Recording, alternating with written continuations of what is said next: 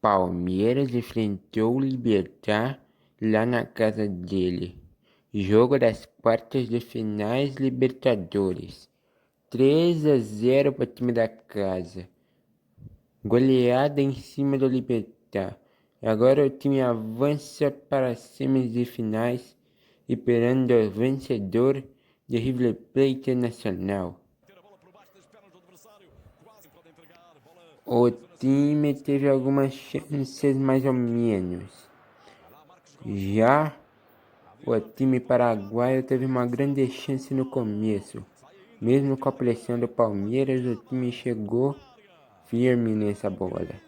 Quase que deu gol. Sorte que o Everton estava lá. Depois tivemos mais alguns lances, como esse da defesa do Everton, ou a chegada do Palmeiras. E aí tiveram várias faltas no jogo, reclamação da arbitragem, expulsão e o quebra-pau. O Palmeiras chegou firme nessa batida, mas faltou força do Scarpa. Mas na próxima não faltou, meteu no cantinho com a esquerda e uma comemoração mais feia que bater na mãe por causa da mistura. Golaço do Palmeiras, abrindo para cá no primeiro tempo. Logo em seguida teve uma falta em cima do Scarpa. Foi dar um 360, mas ficou no 120. Chutou no cantinho, Martin Silva estava lá. E o que defendeu esse goleiro não está escrito no gibi. Meu Deus do céu. Aí o Palmeiras continuou chegando, mas o Libertad também botou uma pressão no segundo tempo. Tiveram alguns lances mais ou menos, mas nada de assustar o time de porcão.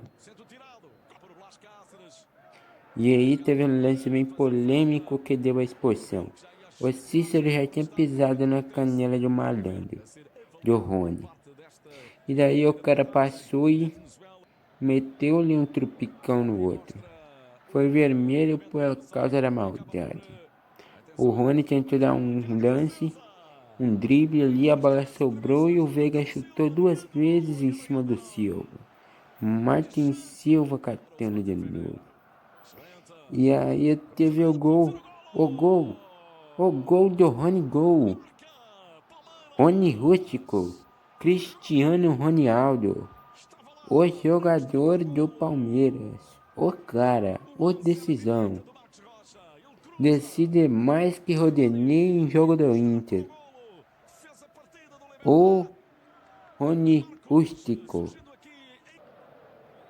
Depois disso teve uma chegada perigosa. Nem tanto perigosa. Aí o Palmeiras veio e completou-lhe o terceiro gol. Gol do Gabriel Menino. Aquele que daqui um dia vai ser o menino adulto. Lembrando, se gostou do vídeo, não esqueça de se inscrever, deixar aquele like maroto, comentar e compartilhar. Até a próxima. Oh yeah!